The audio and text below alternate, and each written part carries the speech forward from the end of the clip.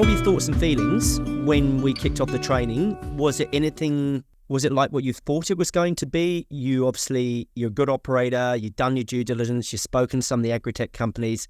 What was it like when we kicked off that first sales training? I think there was a lot of excitement about it. I mean, it was positioned quite differently than a lot of sales training programs that I'd seen before. And, your framing of how the training was going to roll and the focus areas, I think it was made people really inquisitive about it and got them thinking differently around sales. So, there was a lot of anticipation in the team. And, as you know, the activation on doing the training and turning up and being involved was super high. So, no, I think it was a great energy at the start and it was well positioned. Brilliant. What was different about it? What landed differently? Because you've done lots of sales training before. You've worn lots of hats. You've got a very good track record. What was different that you saw when you and I were training the team and we were going through those weeks together? We were burning that stuff in the brain. What was for you like? This is a bit different. I mean, because there was, there were a couple of really critical things. I think the first one was the duration. So it was an ongoing thing that was occurring over a 9 to 10 week period. Where there was going to be different phases and, it wasn't like a one day, here's 27 things you need to know about sales and then I'll see you later. So it was your commitment to providing an ongoing service.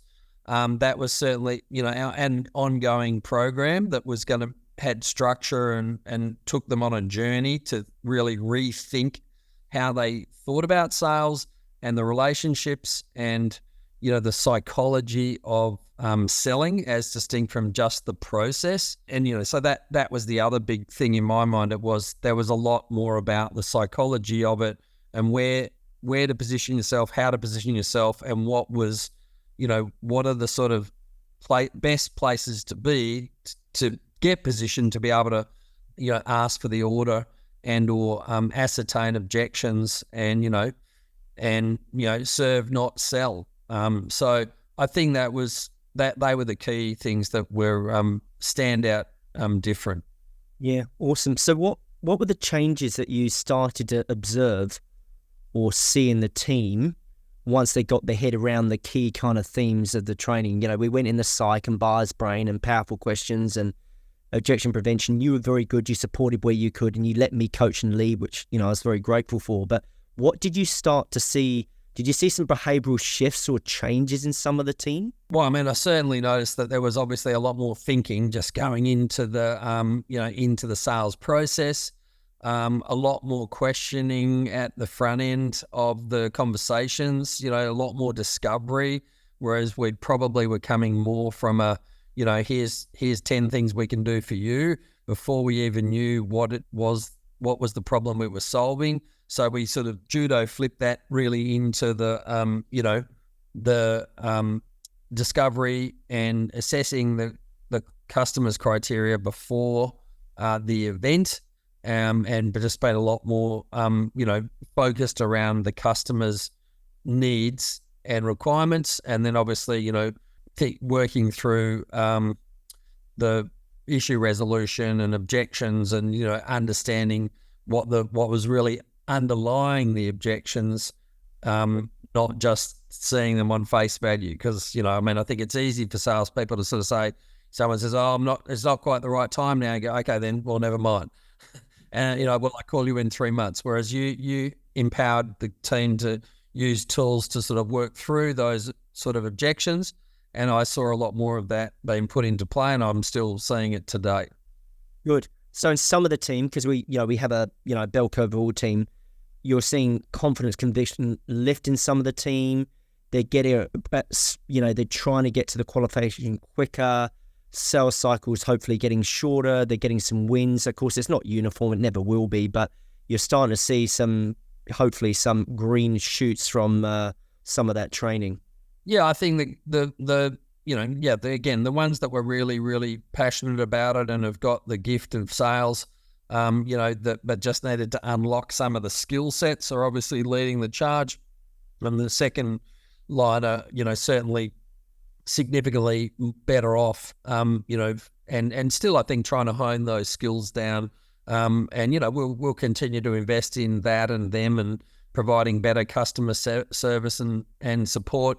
Obviously an interesting thing for us was that we bought our customer success team and our marketing team and our sales team all together and joined them in that whole process. So for some people, it was just really trying to also understand the whole psychology and the whole journey of sales and how that parlays into the provision of good customer service and customer success, as much as it was for the sales team to think about their strategy. So I think overall across the firm, a lot of positive outcomes, and obviously you've continued to reinforce that with the team after the fact, and I certainly think we'll be wanting to continue to have them, have those reminders. We all hear a lot of things and then forget a few. So if they can keep picking up a few gems here and there and then reminding them about the processes and the objections and again, that critical importance of being passionate about the sale and serving the customer's true need,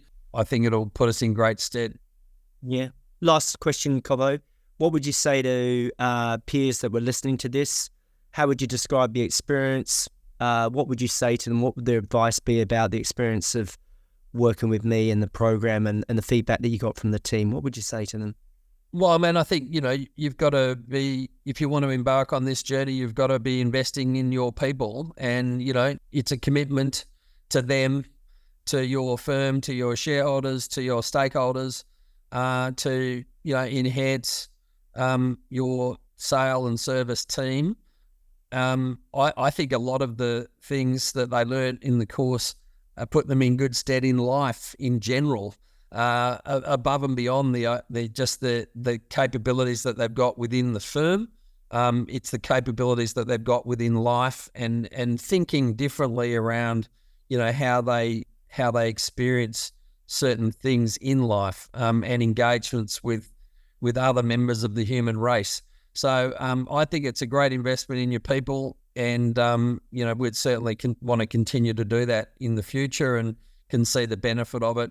And along, I guess you changed my outlook around, just sort of hit and run sales training versus long-term skills enhancement and, education about both the psychology and the skill and the process around, better relationships and better sales outcomes.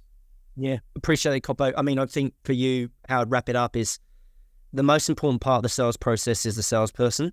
And I think you saw, remember when we debriefed after session 1, you're like, that's different. And we went a lot deeper because, these one and done churn and burn hit and run models don't work. It's a fire hose effect. So I want to say thanks for you to, well, most importantly, making investment in your people, let alone us. I think more owners and founders should do that, because ultimately you want to get a better performance from your sales team. You can't do that unless you invest in them. No, 100%. I appreciate you, mate. Thanks so much. Hey.